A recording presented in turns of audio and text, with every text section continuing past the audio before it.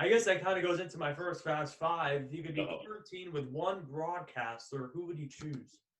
If I could be quarantined, Yes. you know what? I'm going to say Len Casper because I mean, we go back till forever, and we actually jokingly, he said he sent me a text the other day that just said Arizona question mark. He's like, I get the top bunk if we're quarantined together. I was like, you got it. So he's one of my dearest friends in the world. So that's who I got. There's tons to choose from, but he'd be my guy. Go-to snack. Yeah, man, that I am gonna make it is so unsexy. So I've lost a lot of weight, so that's been a big. Probably lost 95 pounds, and it's been over a year since I've had a piece of bread, chips, pizza, any of that stuff, and probably like 6 months since any, basically unnatural sugar. So it's nothing fun.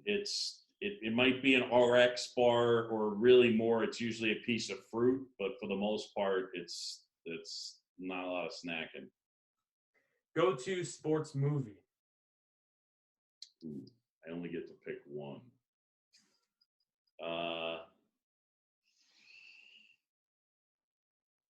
Man, are we talking repetition? Yeah, it's whatever I want it to be, isn't it? It's a tough one. Yeah, it's hard.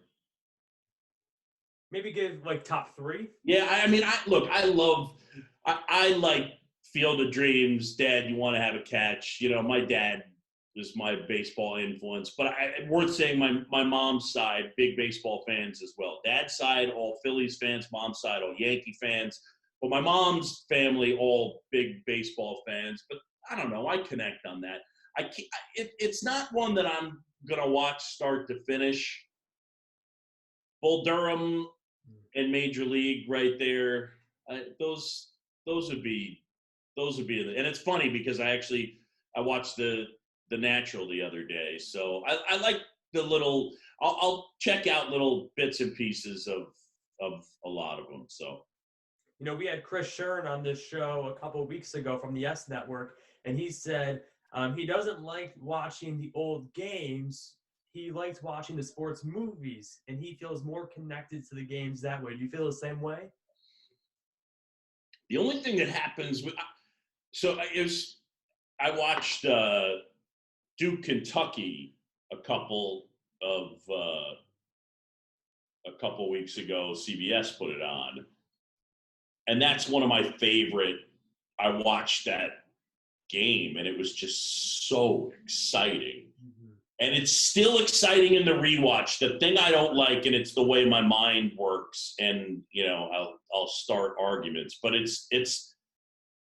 it's why I think LeBron's better than Jordan. Like, I watched that game and I was like, oh my God, is this slow? They're not very athletic.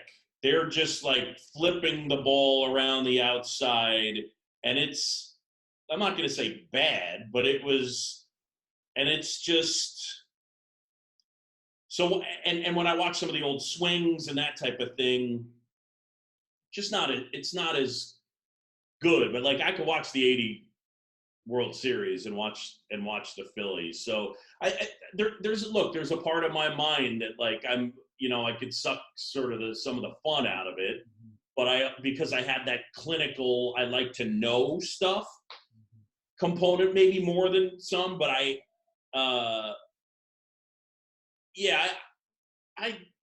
they both equal. I still like watching, old sports matchups and the movies. So it's probably both. I don't think it's one over the other. Dream vacation spot once everything clears up.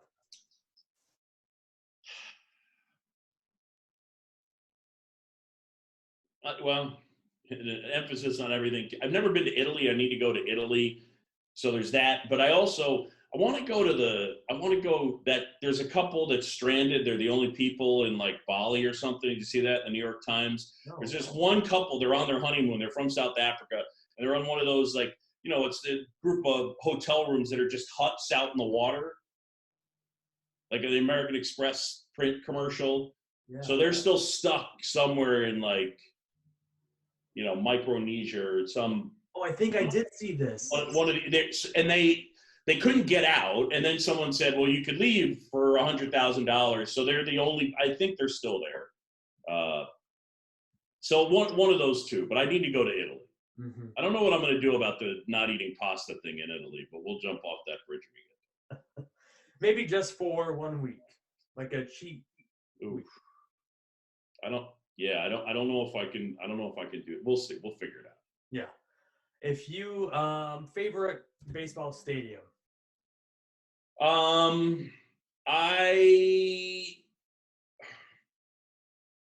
It's a tie.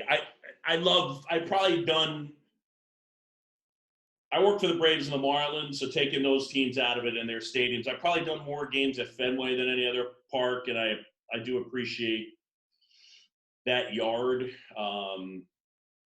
And it would be a tie between there and Oracle in San Francisco. I mean, anybody that's had the privilege of being in one of the broadcast booths in San Francisco at the Giants Park, I don't know how you're not in a good mood every day. Just looking out over the bay, you have the ships. It's gorgeous, and it's on the small parcel of land, so everything's intimate. So it's a tie between the old and somewhat new between Boston and San Francisco.